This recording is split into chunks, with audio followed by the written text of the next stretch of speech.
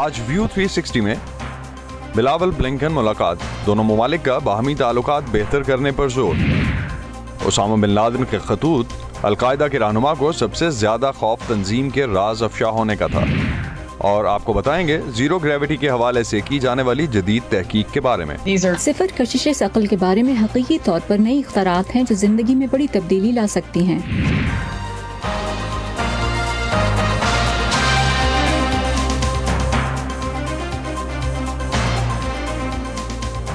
Voice of امریکہ کے Washington studios میں آپ سب کو خوش آمدید۔ آپ دیکھ رہے ہیں پروگرام ویو 360 اور میں ہوں اسد اللہ خالد۔ پاکستانی وزیر خارجہ بلاول بھٹو زرداری کا کہنا ہے کہ وہ امریکہ کے ساتھ دو طرفہ تجارتی تعلقات کا فروغ چاہتے ہیں۔ وہ چاہتے ہیں کہ پاکستان نے دہشت گردی کے خلاف جو کامیابیاں حاصل کی ہیں، financial action task force FATF کی شرائط کو جس طرح سے پورا کیا ہے، دنیا اسے تسلیم کرے۔ بلاول بھٹو نے امریکی وزیر خارجہ اینٹنی بلنکن سے ملاقات کے بعد وائس آف امریکہ کے اسد حسن سے پاکستان امریکہ تعلقات اور افغانستان میں پیدا ہونے والے انسانی بحران پر بھی بات کی۔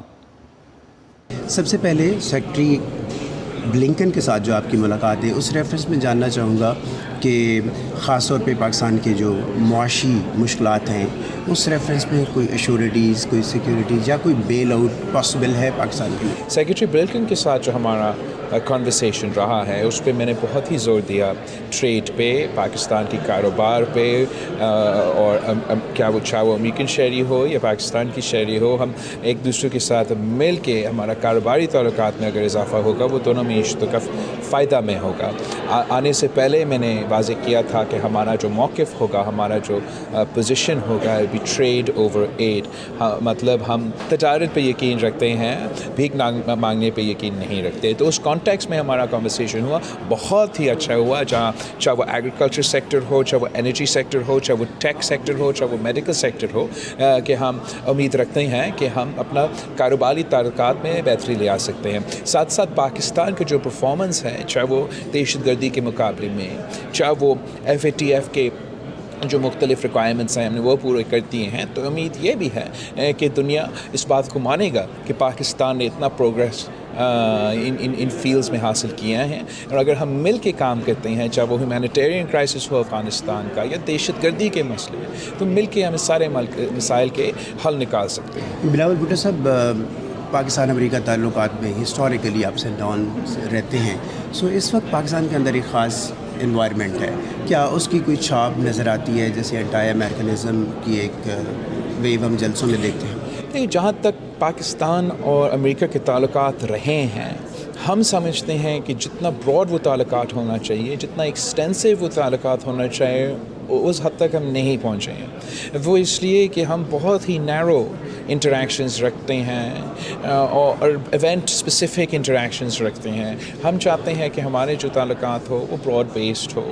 آپ کو معلوم ہوگا کہ کتنا پاکستانی اوورسیز کمیونٹی جو ہے یہاں امریکہ میں رہتے ہیں، کتنا پوٹینشیل ہے پاکستان کی بزنس کمیونٹی کے لیے، اور پاکستان میں امریکن انٹرپرینیورز کا، امریکن بزنس کمیونٹی کا انویسٹمنٹ لے آنے کے لیے، اور پاکستان کو امریکہ کے مارکیٹ ایکسیس دلوانے کے لیے بہت ہی پوٹینشیل ہے۔ یہ پاکستان کی عوام کی اور پاکستان کی مفاد میں ہے۔ جہاں تک یہ ریٹورک کی بات ہے، جہاں تک اینٹی امریکن سینٹیمنٹ پھیلایا جا رہا ہے، پاکستان پیپلز پارٹی پاکستان کے مفاد میں سوچتے ہیں، اور جو پاکستان کے مفاد کے لیے ہم حاصل کر سکتے ہیں، ہم ہر کسی کے ساتھ انگیج کرنے کے لیے تیار ہے کہ پاکستان کے عوام کو وہ فائدہ پہنچایا جائے، اور نہ کل ہی ہم کسی پولیٹیکل پریشر میں آئے تھے، نہ آگے جا کے ہم کسی سیاسی پریشر میں آئیں گے۔ ڈپلومیسی ایک اپنا سکل ہے، ایک اپنا طریقہ کار ہے، ایک اپنا سکل سیٹ ہے جس میں محنت کرنا پڑتا ہے۔ پاکستان کا فارن آفس میں اتنے اچھے بیوروکریٹس ہیں جن کا ایکسپیرینس ہے، جن کا ٹیلنٹ ہے، اور وہ ہمارا ڈپلومیٹک سطح پہ ہمارا فوج ہے، ہمارا لیجن ہے، اور ہم مل کے ان کے ساتھ کام کریں گے انشاءاللہ تعالیٰ۔ افغانستان اس وقت پاکستان اور امریکہ کے تعلقات میں کتنا اہم ہے، اور اس بارے میں کیا بات ہے؟ افغانستان کے مستقبل پاکستان کے مستقبل کے ساتھ جڑا ہوا ہے۔ ہم سمجھتے ہیں کہ جو ہیومینیٹیرین کرائسس پیدا ہوا ہے افغانستان میں، بہت ضروری ہے کہ ہم اس پہ انگیج کریں، اس میں اپنا کردار ادا کریں۔ جس طریقے سے خطرہ ہے کہ 90% افغانستان کے عوام کو یہ خطرہ ہے کہ وہ غربت کی لکیر کے نیچے جا رہے ہیں، یہ ہمیں روکنا ہے. یہ ہمیں پوری دنیا کے ساتھ مل کر کوشش کرنا چاہیے کہ افغانستان کے 90% لوگ غربت کے لکیر کے نیچے نہیں دکھیلا جائے, اور یہ محسوس نہ ہو, افغانستان کے عوام یہ محسوس نہ کرے کہ ایک بار پھر ان کو ابینڈن کیا گیا ہے. اس حد تک پاکستان اپنے طور پہ کسی اور ملک کے تعلقات کی وجہ سے نہیں, اس لیے کہ ہم چاہتے ہیں کہ افغانستان کے عوام کا ترقی ہو اور پاکستان کوئی نیگیٹو کانسیکوینسز سے بچے. اقوام متحدہ کے خوراک اور زراعت کے ادارے کی طرف سے کل نیو یارک میں ہونے والی گلوبل فوڈ سیکیورٹی وزارتی کانفرنس میں دنیا کو بتایا گیا کہ ٹیکنالوجی زرعی پیداوار کو بڑھانے میں دنیا کی مدد کر سکتی ہے, خاص طور پر جب دنیا میں پانی کی قلت کو مد نظر رکھتے ہوئے پانی کی بچت کرنے والی زرعی ٹیکنالوجیز اس سلسلے میں بہت مددگار ہو سکتی ہیں. دنیا کے اور بہت سے خطوں کی طرح پاکستان کے کئی علاقوں کو بھی پانی کی کمی کا سنگین مسئلہ درپیش ہے, لیکن سندھ میں پانی کی قلت کی وجہ سے ہر طبقہ متاثر ہو رہا ہے. دریاؤں میں پانی کم ہو جانے سے متعدد رابطہ نہریں بھی خشک پڑی ہیں, جس سے کاشتکاروں کی پریشانیاں بڑھ رہی ہیں. بعض دیہی علاقوں میں صورتحال بہت ہی ابتر ہے. سندھ کو پانی کی قلت کس طرح سے متاثر کر رہی ہے, دیکھتے ہیں محمد ثاقب اور خلیل احمد کی رپورٹ. آبادی کے لحاظ سے پاکستان کے دوسرے بڑے صوبے سندھ میں آج کل پانی کی شدید کمی ہے. دریائے سندھ میں پانی کا بہاؤ انتہائی کم ہونے کی وجہ سے یہاں پر اکثر نہریں یوں ہی سوکھی ہوئی ہیں, جس کی وجہ سے اس صوبے کی زراعت بدترین طور پر متاثر ہو رہی ہے. اس وقت گنا, کپاس, چاول اور مکئی کی کاشت کرنے والے کاشتکاروں کو پانی کی اس کمی کی وجہ سے شدید مسائل کا سامنا ہے. کھاد کا مسئلہ ہے, ٹیکس کا مسئلہ ہے ہمارا, وہ اس کے لیے بھی ہمارے پاس ابھی پیسے نہیں بچیں گے, تو ہم وہ ٹیکس کے پیسے دیں, جو ادھار پہ ہم نے کھاد لیے ہیں ان کے پیسے دیں واپاریوں کو, وہ بھی نہیں بچ رہے ہیں ہمیں پاس. ہم خود ایسی پریشانی کے عالم میں ہیں کہ پانی نہ ہونے کی وجہ سے. شارٹیج ہے, مگر کچھ شاخوں میں جو ہے تو ان میں تو پانی چل رہا ہے. اگر کمی ہے تو پوری دنیا میں کمی ہے ایک چیز کی. ایسے تو کمی نہیں ہے کہ چند نہریں چل رہی ہیں, چند نہروں کے اوپر کمی ہے, یہ تو کمی محسوس نہیں ہے نا. یہ تو ایک ایسے ناانصافی ہے. سیاسی بنیادوں پہ ہی پانی بانٹا جا رہا ہے, اور جو پاورفل ہیں, طاقتور ہیں, ان کو پانی مل رہا ہے. جو غریب آبادگار ہیں ان کو پانی نہیں مل رہا ہے, ان کی فصلیں سوکھ رہے ہیں. اگر شارٹیج 50% ہے تو ٹیل والے کو بھی 50% شارٹیج کے ساتھ 50% پانی ملنا چاہیے, وہ نہیں ہو رہا. جو ہمارے جو مڈ کے آبادگار ہیں, جو کاشتکار ہیں, یا جو انفلوئنشل لوگ ہیں, یا پھر جو اریگیشن والوں کو اپنے ساتھ ملا لیتے ہیں, وہ پھر اپنا حصہ زیادہ لے جاتے ہیں. تاہم صوبائی حکومت کا کہنا ہے کہ وہ پانی کی کمی سے جڑے زمینداروں کے مسائل سے بخوبی آگاہ ہے, اور اس کی بنیادی وجہ دریائے سندھ کے بہاؤ میں 50% سے زائد کمی ہے. کچھ گلیشیئرز میلٹ ہوئے ہیں, پانی آ رہا ہے. پانی کا بڑا مسئلہ تھا. میں خود انٹیریئر میں تھا, اپنی فصلوں کو دیکھ کے بھی رو رہا تھا, غریبوں کی فصلیں دیکھ کے بھی رو رہا تھا. تو پانی تو اللہ کے ہاتھ میں ہے, الحمدللہ مولا کرم کرے گا. یہ جو آم کا فروٹ ہے, اس کا یہ کریٹیکل ٹائم ہے اپریل اور مئی کا مہینہ. ان دنوں میں اگر پانی نہیں آیا تو فصل تو بری طرح متاثر ہوتی ہے. اس کی کوانٹٹی بھی اور اس کی کوالٹی بھی, دونوں چیزیں متاثر ہوتی ہیں. جہاں بھی واٹر اسٹریس آیا وہاں پہ فروٹ سیٹنگ نہیں ہو سکی. جو دانہ ہمارا سندری کا 500 گرام کا ہونا تھا, 600 گرام کا ہونا تھا, وہ دانہ ہمارا آپ سمجھ لیں کہ 400 گرام تک, 300 گرام تک, ایون 250 گرام تک رک گیا. تو اس میں ظاہر ہے تو کوالٹی, ایکسپورٹ کوالٹی جو ہے وہ کم بن پائے گی اس کے اندر. کیلے کی اس ٹائم بالکل ٹاپ کی سیزن ہے, پانی نہ ملنے کی وجہ سے یہ بالکل سوکھ پڑا ہے. ہم لوگوں نے تقریباً ان کو ٹویل کا پانی دینے کی کوششیں کی. ٹویل کا پانی جو ہے زمین کا, وہ بالکل کڑوا اور استعمال کرنے کا قابل نہیں ہے. کڑوے پانی کی وجہ سے درخت بھی بیمار ہو جاتے ہیں ہمارے, اور کیلا بیمار ہو جاتا ہے, یہ ہو جاتا ہے کہ اور لیمو جو ہے ختم ہو جاتا ہے. سندھ حکومت نے صوبوں کے درمیان پانی کی تقسیم کے ادارے ارسا سے یہ بھی مطالبہ کیا ہے کہ ملک میں پانی کی کمی کو تمام صوبے یکساں شیئر کریں. محمد ثاقب, وائس آف امریکہ, ضلع ٹنڈوالہ یار, سندھ. VOA نیوز کی نئی سمارٹ فون ایپ, تازہ ترین خبریں, دلچسپ آڈیو ویڈیو رپورٹس اور منفرد تجزیے. دیکھیں, سنیں, پڑھیں اور شیئر کریں. سیٹنگز کے ذریعے اپنی پسند کی زبان کا VOA کی نئی ایپ میں انتخاب کریں. پراکسی کی مدد سے پابندیوں کے باوجود معلومات تک رسائی حاصل کریں. پش نوٹیفیکیشنز آن رکھیں تاکہ آپ رہ سکیں ہر لمحہ باخبر.